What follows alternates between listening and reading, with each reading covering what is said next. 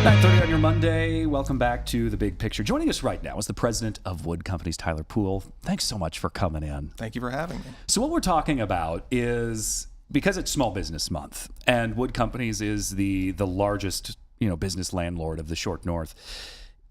Small businesses are a huge huge driver of our economy, no matter small town, large city, etc. For what you do, what are some of the trends right now that we're seeing in small business activity right now, just in that Short North, the Arts District? Yeah, so we are seeing a thriving environment. We had some hiccups through COVID, but right now we are 95% full on our retail and restaurant spaces on the street, and we're finding that we have just incredibly cool, unique, and independent businesses coming in. So anywhere there's just so few places in the country where you can find an independent bookshop next to an independent bike shop. Like, it feels like you're in the 60s or 50s almost, but we have these independent businesses that are just thriving right now. And looking at the first part of this year, we did see a number of new businesses pop up, filling some of those spaces left by businesses that may have vacated last year. What is driving kind of that beginning of the year push to open some doors? Yeah, I think it's that there's a renewed interest in urban. I think that there's a lot of independent business owners who are saying, should I look in Worthington? Should I look in Westerville? And then they're finding that if I want a unique independent business, there's really only one place I can go, and that's the Short North. And so I think that you're finding you have this kind of sense of identity that comes from the Short North, that if you're an independent business and you want to sell cool, interesting things, there's only one place you can really look. And I think that's what's pushing that occupancy increase. I actually know a business owner down there who recently shut down her clothing store just for a variety of reasons. Dublin Cleaners moved in there now, which is wonderful, having Dublin Cleaners down in that area. But for business owners that have a small business and they're maybe hesitant about coming down to the Short North for whatever reason, what would be your number one selling point to have them come down there instead of somewhere like Worthington? I know who you're describing, and she's great. My biggest thing, and thank you for asking this, you are not priced out of the Short North. Okay. People think that it's like Easton or like other areas. We have plenty of spaces that are ready to go, that are made for small business. I always say that retail is important for us, but it's really the feedback loop that retail creates for us is way more important than the income we get from retail. So interesting retail creates demand for apartments, and then demand for apartments creates more interesting retail, and then you have more office that wants to be in the neighborhood when there's great retail. So one thing we've always looked at is we never take the highest dollar, who's going to pay the highest rent. It's who's going to create the most important experience. And I think to that point, just that you are never totally priced out of the neighborhood. Yeah, there will be some places that will be expensive, but we've got a space that's right next to Jenny's Ice Cream right now that just vacated after a couple of years for like $1,500. That's hard to find in the neighborhood. That's a pretty good price, right? Yeah. And these.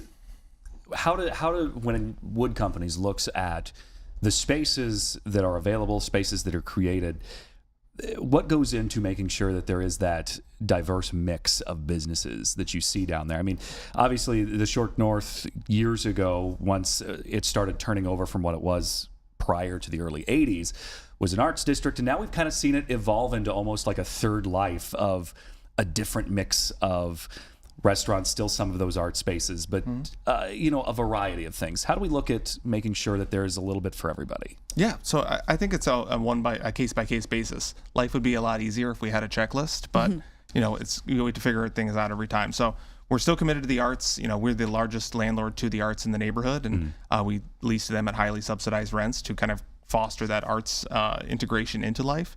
But then we have this viewpoint of independent business kind of gives people that creative outlet. So a business like Row in the neighborhood has been a almost 20-year tenant of ours.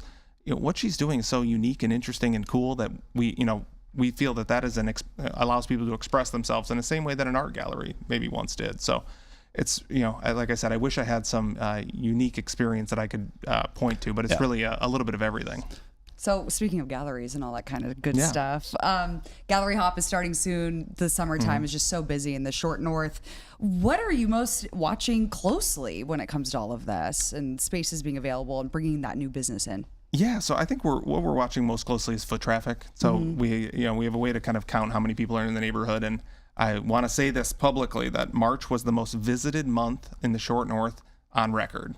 March of 2026. It was incredibly exciting to see. Was that the Arnold? It was the Arnold, but it was way more than the previous Arnolds too. Yeah, So, it was very crowded. The Arnold was this year. Because I find that really interesting, because typically the winter months are the hardest for a right. small business to kind of make it into the warm months when you get more foot traffic. Fascinating. Wow. we just found that our parking garage traffic is up 20% this year. We have a parking garage right behind Jenny's Ice Cream.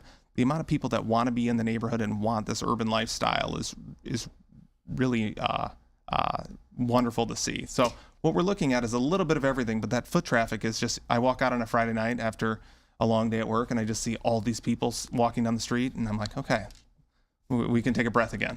Absolutely. Do you feel like there's more like Ohio State graduates, college students deciding to move into the Short North area? Or are you finding more basically like mid-20-year-olds moving into the area? Yeah, so I can speak for our tenant base. So we normally build a higher end product, and our average age of tenant is 39. 60% are coming from outside of Ohio.